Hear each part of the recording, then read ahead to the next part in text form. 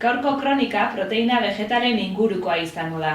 Proteina ekarpena gaur egungo gizartean oso altua da, eta barazkien kontsumoa askotan alde batera uzten da.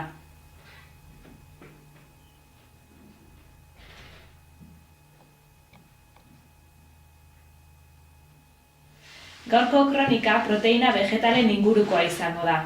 Proteina ekarpena gaur egungo gizartean oso altua da, eta barazkien kontsumoa askotan alde batera uzten da, gure otorduko plateren osagarri sinple bilakatuz. Hori alde batetik, eta bestetik jaten dugun proteina gehienetan animali jatorrikoa izaten da. Horregatik, gaurkoan, landare jatorriko proteinez hitz egingo dugu, eta nola prestatu ikasiko dugu. Landare jatorriko proteinetan alde batetik lekaleak ditugu. Hau da, dilista, garbantzuak, ilarrak, babarrunak, eta beste alde batetik sojatik eratorriak diren proteinak ditugu. Tofua, tenpea, edota texturizatutako soja. Azken finean, lekaleak dira, baina tratamendu desberdinak jasan dituztenak.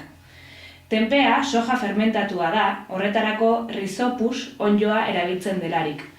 Tofua berriz, gaztarekin egiten den antzera, sojaren esnea deitzen dioguna koagulatzaile batzuekin nahastuz eta ondoren parte likidoa eta solidoa bereiztuz lortzen den elikagaia da. Aldiz, soja texturizatua, sojaren texturizazio eta deshidratazio prozesuen ondorioz lortzen den produktua da. Lehenengoak sukaldatzera ohituta gaude, eltzari moduan jatea oso ohikoa da gure artean, baina bigarren multzoko ez duda desiente egoten dira. Benetan egokiak diren, proteina nahikoa ematen diguten, ez dutela zaporerik, eta bar. Nutrizionalki egokiak dira noski, eta bai, proteina kantitate egokiak ematen dizkigute. Hala ere, bereizi egingo lituzke tenpea eta tofua soja texturizatuarengatik, eta azken hau ez nuke egunero jateko erabiliko. Zaporaren kontua aldiz, sukaldatzerako garaian jartzen diogun interesaren araberakoa izango da noski. Arroza, ezer gabe sukaldatzen badugu ere, ez du inolako zaporerik, ezta? Horixe. Nola sukaldatu ditzazkegu orduan? Goazen ikustera. Tenpean, bi aukera daude. Edo lehenengo egosi eta ondoren plantxan sukaldatu, edo zuzenean plantxan sukaldatu. Egostearen aukera norberaren digestioaren araberakoa litzateke.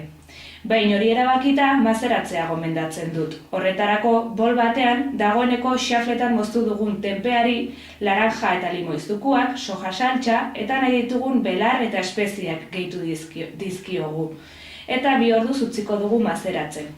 Azkenik, esan bezala, plantxan sukaldatuko dugu. Tofuaren kasuan ere berdin, mazeratzen uztea da aukerarik hoberena, bere hortan zaporerik gabekoa dela iruditzen bazaigu. Soja texturizatua berriz, fina bada edozein tomate saltsa berori zuzenean gehitu diezaiokegu, edo lodiagoa bada lehenago egosi egin beharko dugu eta ondoren nahi dugun platerari gehitu. Hau ikusita pare bat errezeta. Lehenengoa ensalada da. Beharko ditugun osagaiak letxuga hostoak, azenarioa, errefaua, aguakatea, tipulina, marrubia, tenpea eta jogur saltsa dira. Barazki eta fruten kasuan egin beharrekoa erreza da, garbitu, moztu eta bol batean jarri. Tenpea aldiz mazeratu ondoren plantxatik pasatuko dugu. Eta azkenik jogur saltsa batekin alinatuko dugu. Jogur saltsa honetarako noski jogur bat eta limoi erdi baten zukua, menta hosto txikitu apur bat, txikitutako baratxuri ale bat, gatza eta piper beltza beharko ditugu. Dena nahastu eta ensaladari gehituko diogu. Eta listo, errezeta azkarra eta goxoa. Bigarren errezeta berriz, tofuz beteriko berenjenak dira. Beharko ditugun osagaiak pertsonako hauexek. Tamainaren arabera, berenjena erdi bat edo osoa, piper berde erdi bat, piper gorri laurden bat, tipul erdi bat, baratxuri ale bat, 150 gramo tofu eta tomate saltsa. Sukaldatzeko lehenik eta behin berenjenak ustu egingo ditugu, ondoren tofuaren nahasketaz bete ahal izateko.